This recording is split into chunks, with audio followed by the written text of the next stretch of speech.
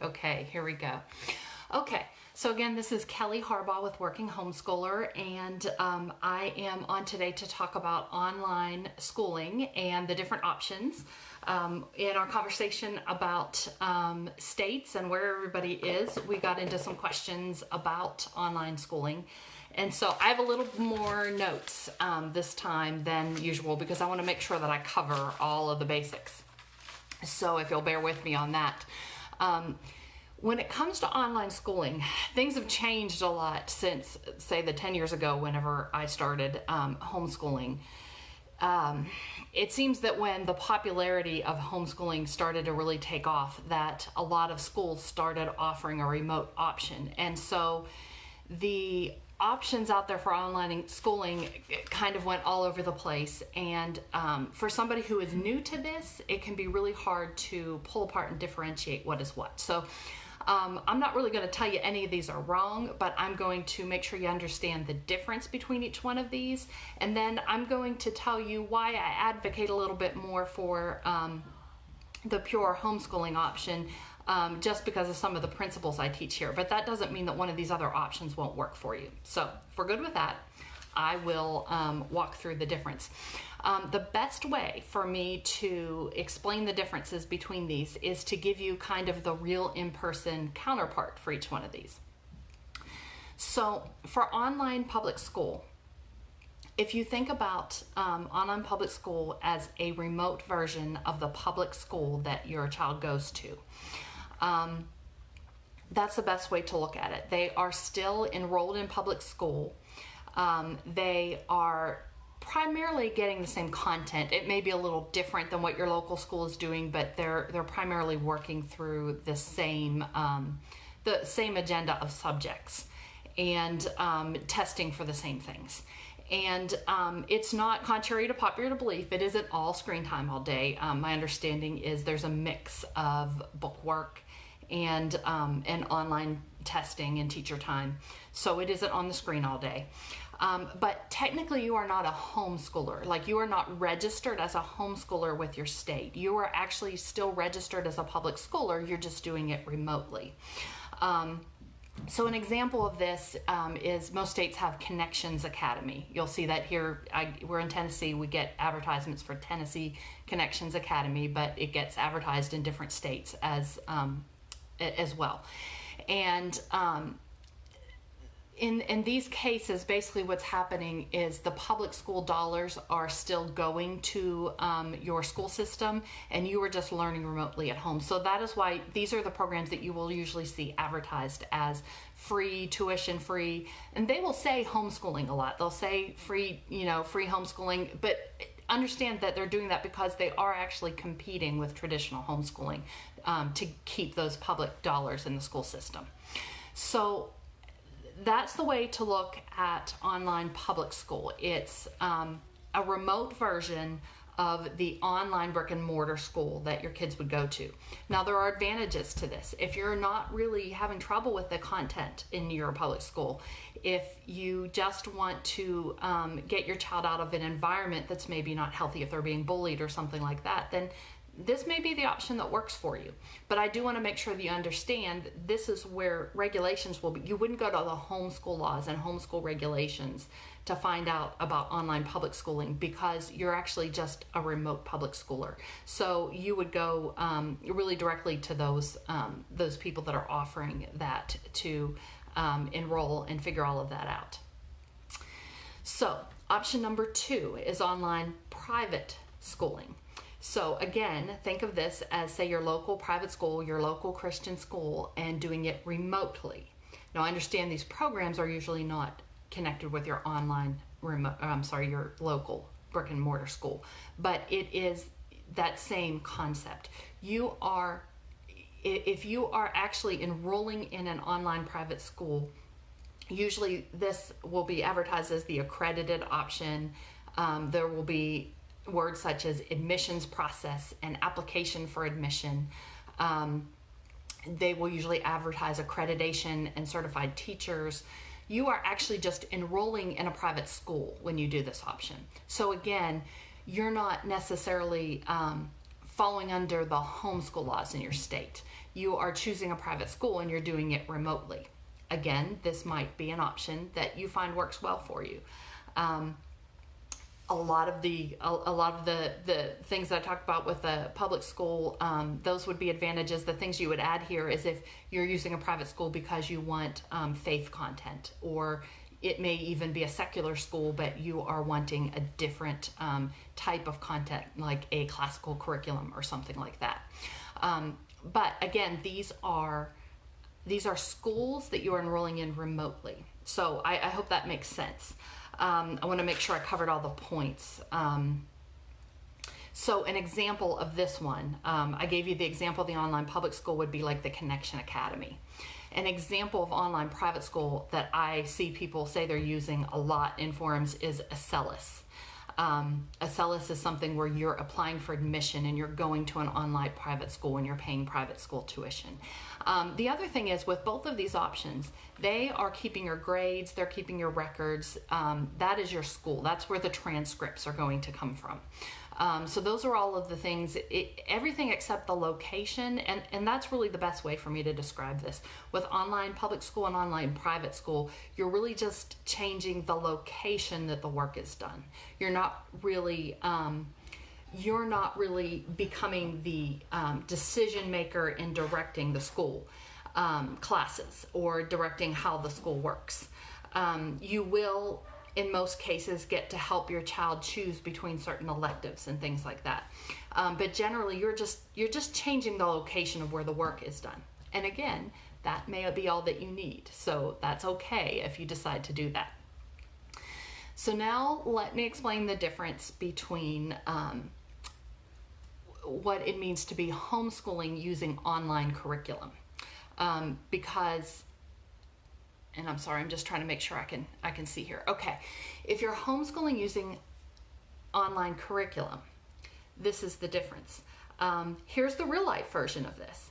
I'll give you two. If you're using a self-paced online curriculum where it's just like using a textbook, like you go buy the textbooks and you go buy the lesson plans, and in the real life version you would be opening up the book, or your child would be opening up the book even if they're working independently.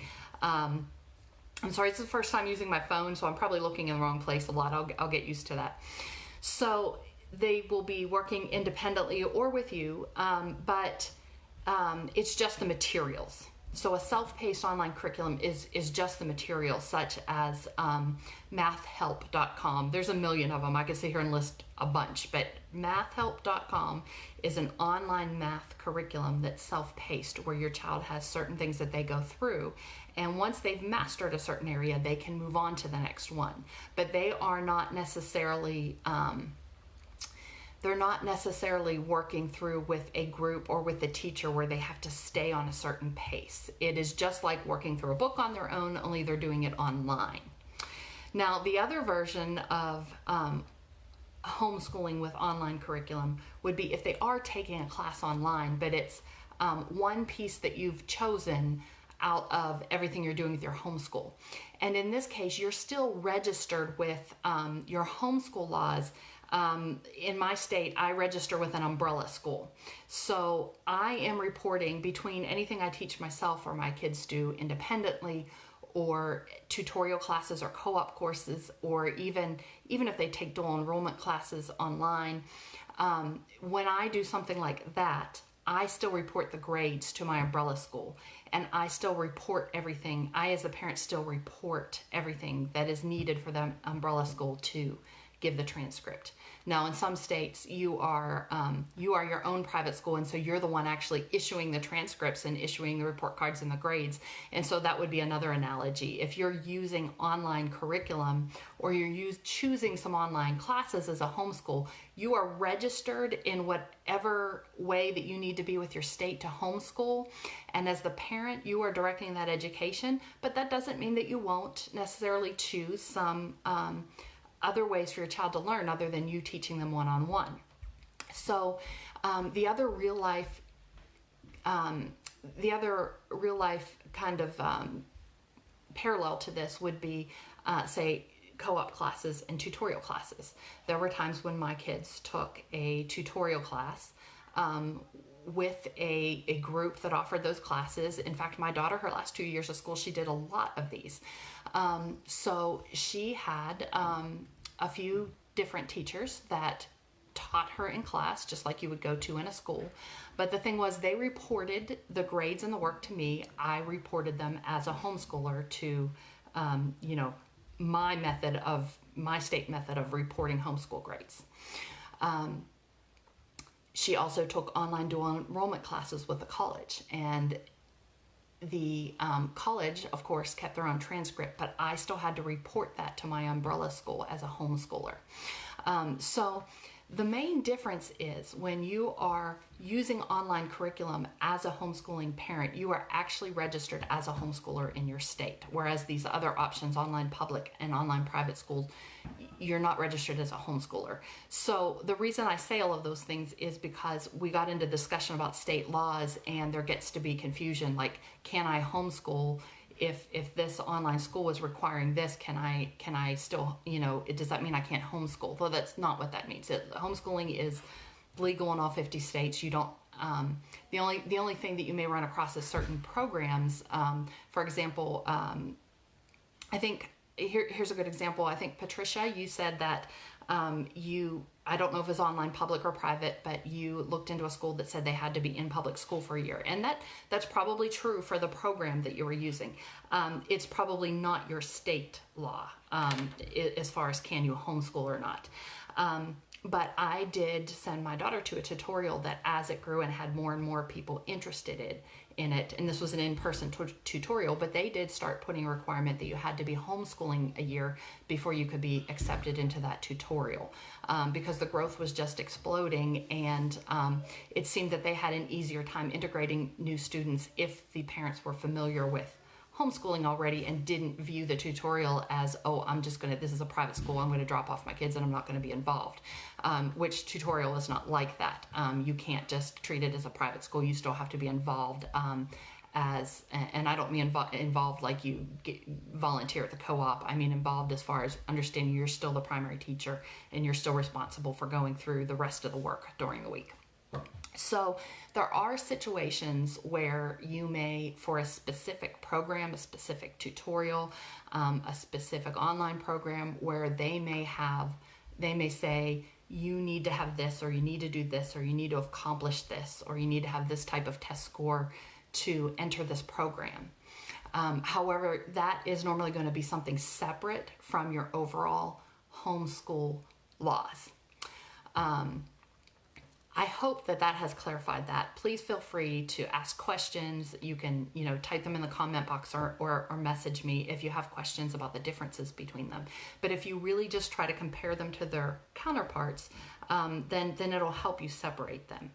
And now let me just say one more thing, because if you do choose one of these options, especially the online public school, and then you try to join some homeschool associations, there are many who will not accept an online public schooler as a member of a homeschool association.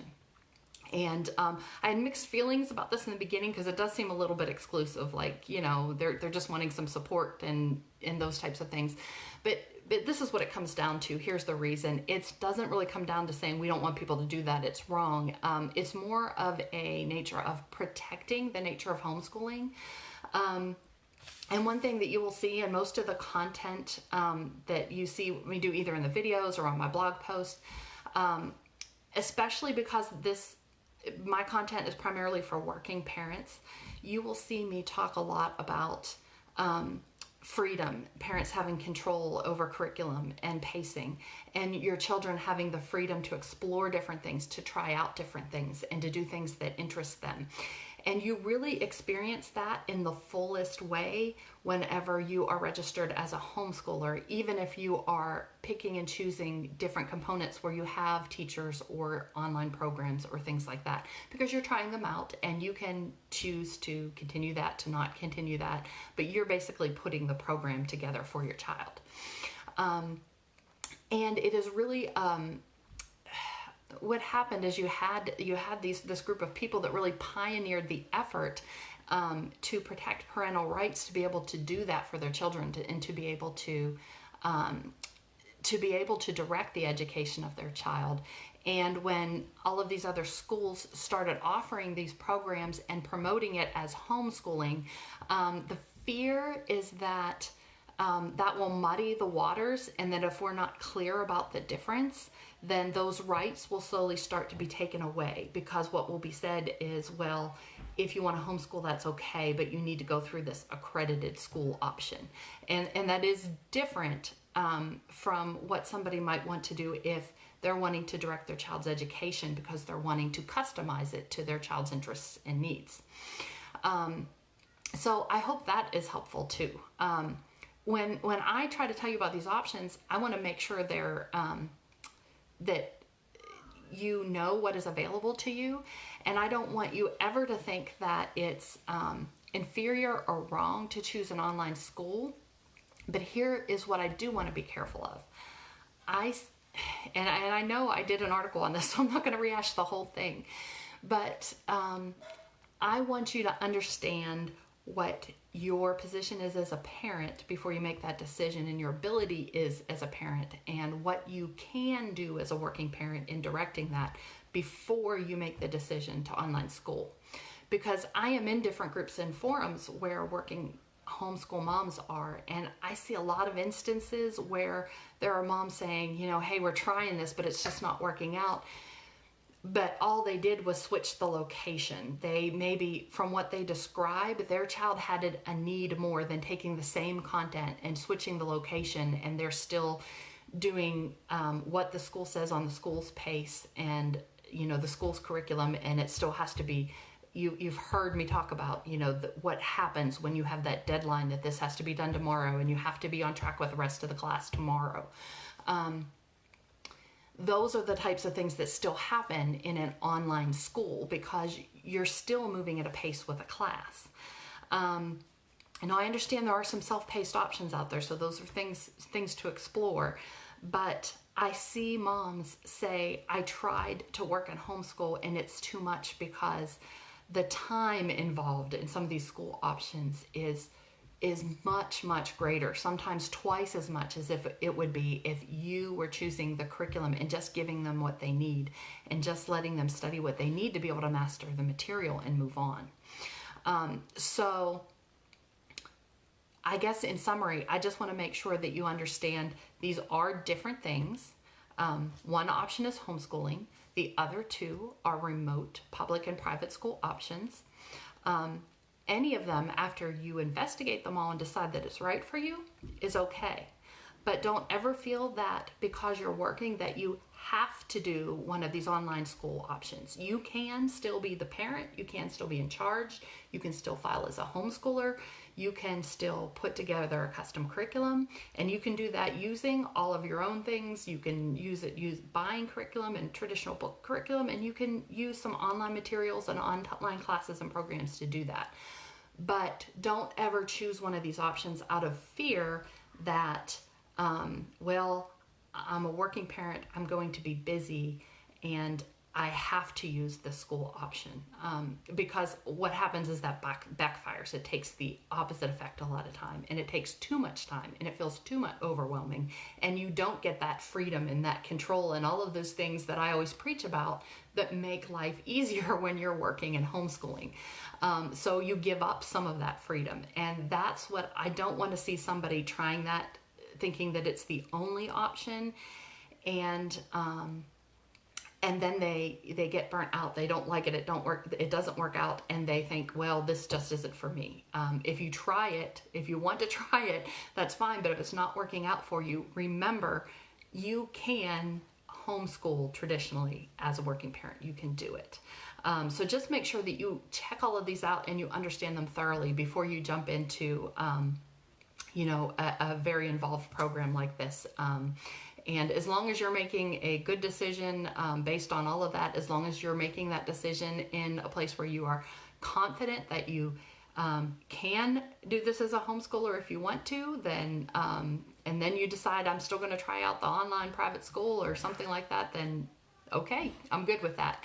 But just don't let that deter you if it's not working out from trying homeschooling.